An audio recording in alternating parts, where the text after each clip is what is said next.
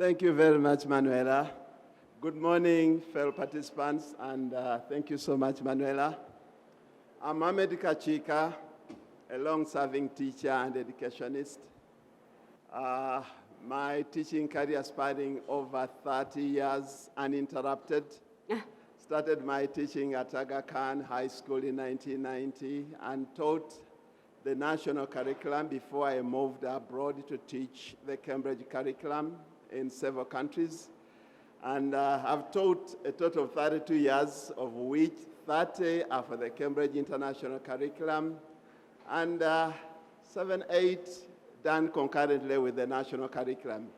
I used to teach economics in the national curriculum, and also an examiner of economics in the national curriculum.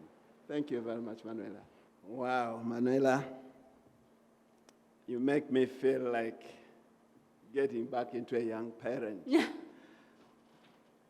To a point that I felt like I wish I knew or gotten that information when my children were at that stage. But never the same.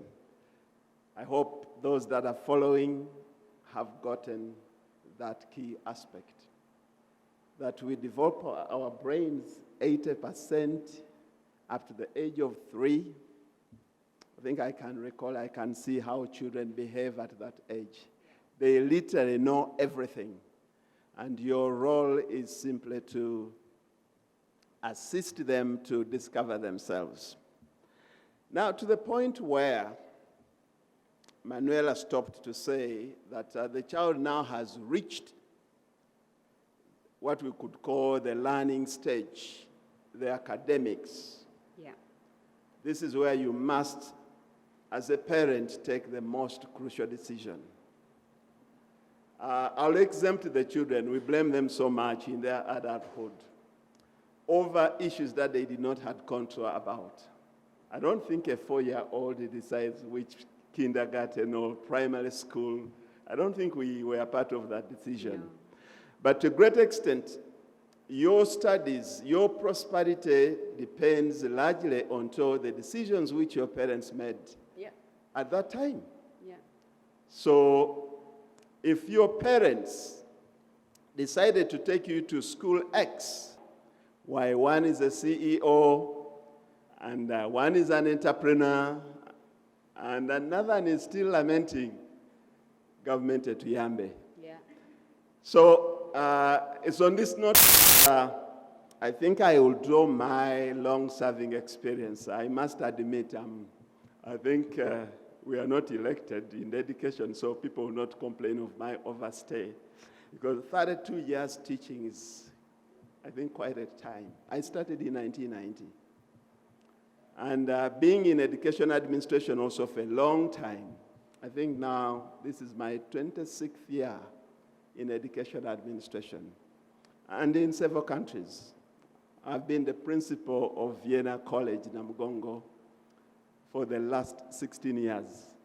I think I'm taking responsibility for what those students and staff and culture is generally, you could put it, to being part of my gene.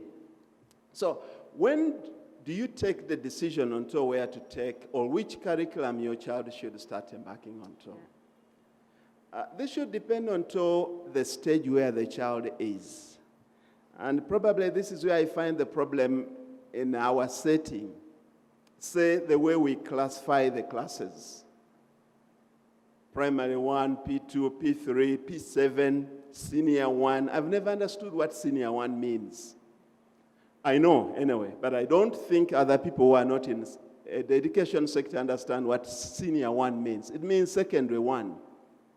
But as she said, at 3, the pre-primary, then they get into Primary 1. I think we should be calling it the Key Stage 1.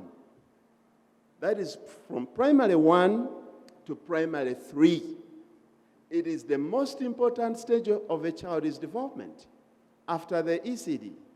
Key Stage 1 of formal schooling, Primary 1 to Primary 3. Then Key Stage 2, Primary 4 to Primary 6. In fact, that's where the primary schooling should end. And that's where possibly children should take examinations, and assessment, which in the international we call it key stage or checkpoint. And it is from the year 6, key stage 2, that the children now embark onto the next formative stage, which we call the key stage 3. That is the junior secondary. I think the people of the past can tell you there was J1, J2, and J3, junior 1, junior 2, junior 3. Those that are not following closely, this is the reason why we are having issues in our education system. The lack of proper classification of the learning outcomes at each stage. Because at the ECD, early childhood, there are certain things that will tell you that this child has a learning difficulty. And then you take that child to a specialist. Because there are certain things that you expect a 4- or 5-year-old to have grasped. Yeah. And if they are not realized, then that child could go for specialized education. And key stage 1, the same. Key stage 2, the same. But instead, we drive our children from primary 1 and wait to see the outcomes with the results in P7, primary living examination. There will be those so-called 4s, 5, and then there will be those who are ungraded, which is not a very good yardstick. So from the key stage 2, you join the junior secondary. Which junior secondary, actually, your children after primary 6, they are free to join, or they are ready. That is 12 years, they are ready to join junior secondary. It is the most formative year of secondary education. Junior secondary, 7, senior 1, and senior 2 is supposed to be key stage 3. Probably there is no need for examinations at that stage. Then they will join the senior secondary, which we abbreviated SS or S1, S2. S1, S2 is supposed to be still junior.